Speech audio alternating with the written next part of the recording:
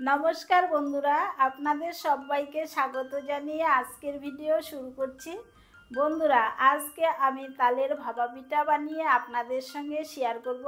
আশা করছি আপনাদেরও দেখে ভালো লাগবে। আর ভালো লাগলে আমার চ্যানেলটিকে লাইক, শেয়ার, কমেন্ট, সাবস্ক্রাইব করে রাখার জন্য অনুরোধ থাকলো। চলুন তাহলে শুরু করা যাক। দেখুন বন্ধুরা, আমি এখানে একটি তাল নিয়ে নিয়েছি।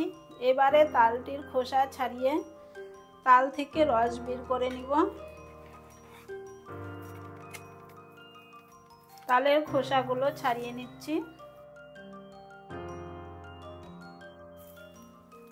সম্পূর্ণ তালের খোসাগুলো ছাড়িয়ে নিয়েছি। এবারে এর থেকে রস বের করে নিব। আমি আজকে তালের রস এই ছাকনা দিয়ে বের করব। এই ছিদ্রযুক্ত ছাকনাতে এইভাবে ঘষলেই তালের রস বেরিয়ে আসবে।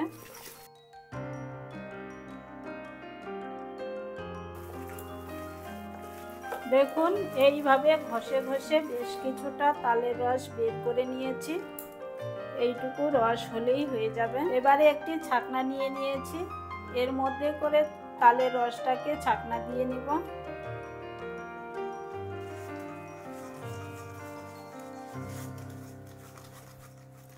দেখুন, তালের রসটাকে ভালো করে ছাকনা দিয়ে নিয়েছি। এবারে ভাপা পিঠা বানানোর জন্য একটি ব্যাটার বানিয়ে নিব।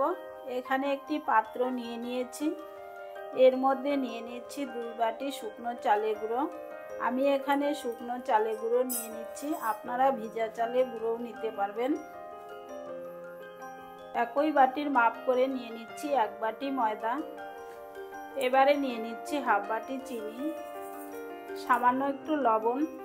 এবারে দিয়ে দিচ্ছি 1 বাটি তালের রস, 1/2 বাটি নারকেল কোড়া, 1/2 চামচ পরিমাণ বেকিং পাউডার, বেকিং সোডা। এবারে সবগুলোকে একসঙ্গে ভালো করে মেখে নিব।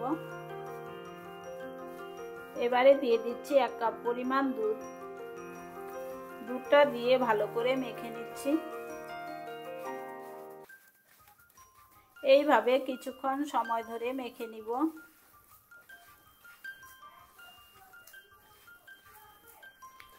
তিন 4 মিনিট সময় ধরে ভালো করে মেখে নিয়েছি। দেখুন বন্ধুরা, ভাপা পিঠা তৈরি করার জন্য আমি এখানে 4টি ছোট ছোট বাটি নিয়ে নিয়েছি। এবারে বাটিগুলোতে অল্প অল্প তেল দিয়ে দিচ্ছি। তেল দিয়ে বাটির গায়ে ভালো করে তেলগুলোকে লাগিয়ে নিচ্ছি। এতে করে ভাপা পিঠাটা তৈরি করার পরে খুব সহজেই উঠে আসবে। সবগুলো বাটির গায়ে ভালো করে তেল ব্রাশ করে নিয়েছি। এবারে যে পিঠা তৈরি করার জন্য মিশ্রণটি বানিয়ে রেখেছি, সেই মিশ্রণটিকে দিয়ে দিব এবার বাটির মধ্যে। দেখুন বন্ধুরা, মিশ্রণটি এরকম ঘনত্বের হতে হবে, বেশি পাতলা হলে কিন্তু ভালো হবে না। এবারে এর থেকে 1 হাতা ব্যাটার নিয়ে নিচ্ছি।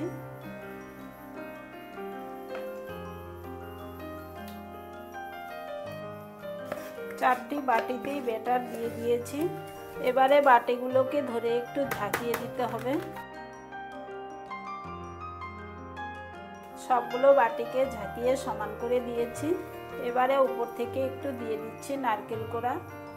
নারকেল কোড়াটা এইভাবে দিয়ে দিলে দেখতেও সুন্দর হবে এবং খেতেও ভালো হবে। এবারে উপর থেকে দিয়ে দিচ্ছি কয়েকটি কিশমিশ।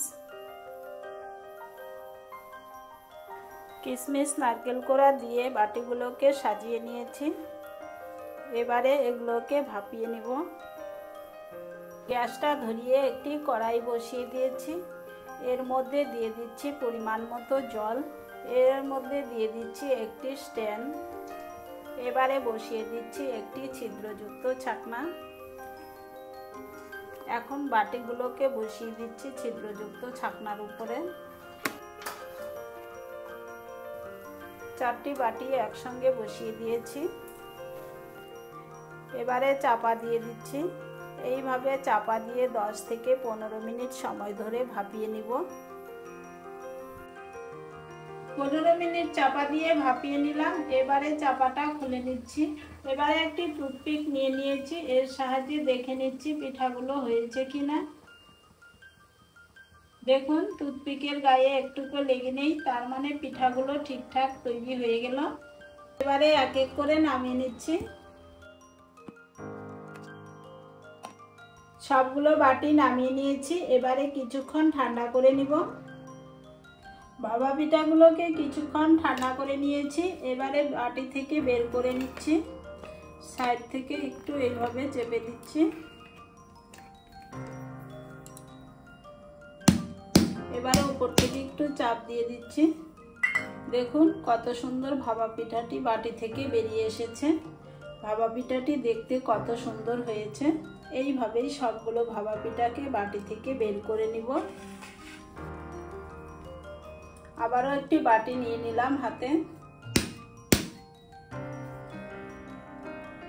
দেখুন খুব সহজেই বেরিয়ে গেল। এক এক করে সবগুলো ভাপা পিঠাকে বের করে নিয়েছি। দেখুন বন্ধুরা, একটি ভাপা পিঠা নিয়ে নিয়েছি, এবারে ভেঙে দেখাচ্ছি।